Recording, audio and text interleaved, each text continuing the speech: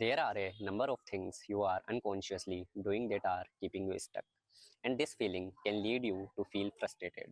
It also means you are not progressing toward your goals. So, if you are feeling this now, or if you ever felt it in the past, in this episode, I want to share with you 5 habits that could be contributing to you feeling stuck, and simple yet essential principle to get unstuck for good. The first reason why you might be stuck, you are an insomnia. Are you obsessed with learning and acquiring knowledge and maybe have a fear of being out of the loop? Do you feel like you are always on? You might be someone who constantly googling how does this work and what is that made of? Or you might have an excessive need to constantly check emails, social media and online news. It's been called insomnia, which isn't a clinical diagnosis but has been linked to a fear of missing out. I just came across the term recently, but can definitely see how it's playing out given this information overloaded world we all are living in, and compulsive need some of people have to consume information. But here's the thing, this insatiable thirst for knowledge or to have your finger on the pulse at all time can seriously reduce your ability to focus on tasks, reduce your mental sharpness, and even impact your ability to get a good night's sleep. And all of these things take you away from moving towards your goal and aspirations. So you end up feeling busy all the time and yet not progressing, thereby keeping you stuck in information overload. Second is you are stuck in the knowing doing trap. You are passionate about self development, you are committed to your growth, and you already know a lot of stuff about what you could do develop to advance to achieve your goals and better your life. You know it intellectually, but you don't do it. You don't implement, you don't apply your knowledge. This is called the knowing doing gap. Clearly it was still a problem then, and it's so easy to get stuck in it in this information overloaded world where a lot of us also experiencing insomnia. There's almost a seductive quality association with learning, observing and consuming information. Each time you do, you get that beautiful rewarding dopamine hit, but then you get stuck in self development paralysis overload. So it's easier to keep consuming than it is to take in action. Third, you are an achievement addict. You are constantly looking for the next goal as soon as you achieve something.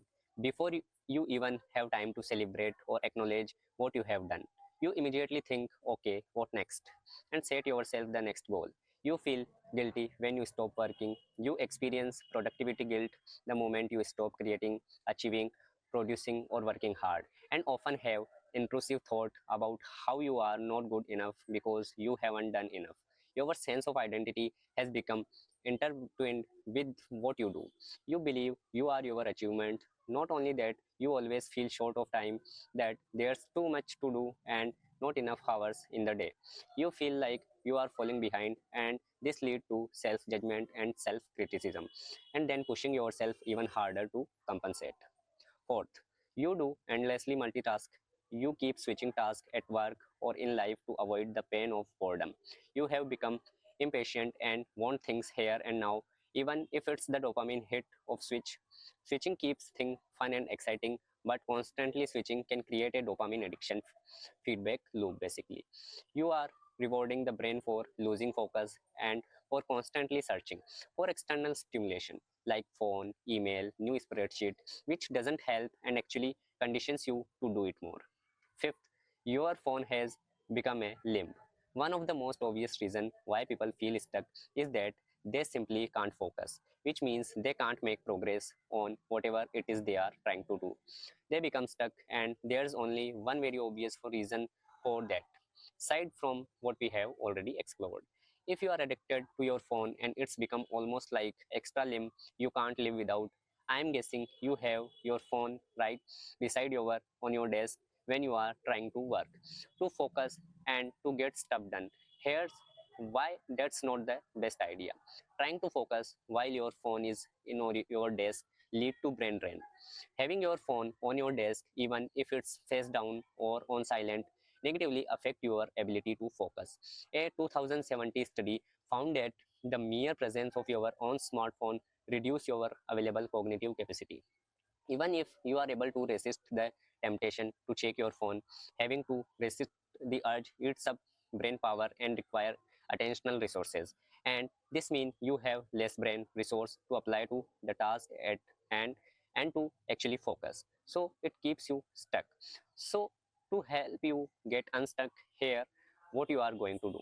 First, if you are suffering from insomnia, stop, take a deep breath, and the next time you have an urge to pick up your phone to Google something, open a new tab to read that pressing news article or consume more information, resist. Resist for 5 minutes. This way, you are consciously reclaiming control and you can incrementally start to improve your capacity for longer focus period, training your brain, and you will start to detach from your need to constantly have all the answer here. Second, if you are stuck in the knowing doing gap and you can't seem to take action or implement, go back to the last podcast you listened to, YouTube video you watched, or book you read, and identify one thing you are going to put into practice. Just one thing, and then take action. Don't jump onto the next thing until you have invested time in implementation. You will be better for it. Third, if you are an achievement addict, surround yourself with people who value you for who you are, not what you have done, and remind yourself that you are so much more than what you achieved. This might require you to unfollow connection on LinkedIn who continually post about their new promotion or their industry award. Consciously stop comparing yourself, and you will find that when you slow down, there's actually a lot to appreciate. Fourth, if you are an endless multitasker, you all know that constantly doing things and swapping between tasks is more successful than rewarding. So you need to recondition yourself to become comfortable with being alone and yourself and your thoughts. When you are feeling a little agitated because you are bored or whatever you are currently doing, or you are bored of doing nothing, see if you can resist the urge to open a new tab or reach for your phone. Stick with what you are doing for just 5 minutes more, even if it means being alone with your thoughts for an extra 5 minutes. This way, you can incrementally start to improve your capacity for longer focus period, training your brain, and you might find the hour time that urge start to become much weaker. Fifth, if you are addicted to your phone and you are struggling to focus and your phone's on your desk, put it away, put it out of sight, in a drawer, in a bag, wherever you wouldn't see. This makes sure you are able to retain the highest possible cognitive and attentional capacity and help you to avoid brain drain. Simple, but the reminder we all need. The fact is, as human, we thrive when we feel that we are making progress. Making progress on our goal has been shown in research to lead more positive emotion and greater life satisfaction. It feels great, and we also know that when we are progressing, we feel stuck. And sometimes the reason why we engage in any of five things I just shared with you is because we don't really know the underlying reason why we are doing what we are doing. We are just going through the motions just like everyone else. But when we are not clear on why what we are doing is important and how it linked to our underlying value and purpose for living, it's all too easy to feel stuck and unfulfilled. So I hope this episode was an eye opener for some habit that you need to change. Remember, it's all about small incremental progress. Find one that really resonates and take action. If you enjoyed this episode, please give it a like and hit subscribe. Also hit the bell icon to be notified whenever I release a new video. And I would love to hear you from in the comment section. Which of the five habits do you do most often? Thanks for tuning in. I am Shivu and I'll see you in next video. Thank you.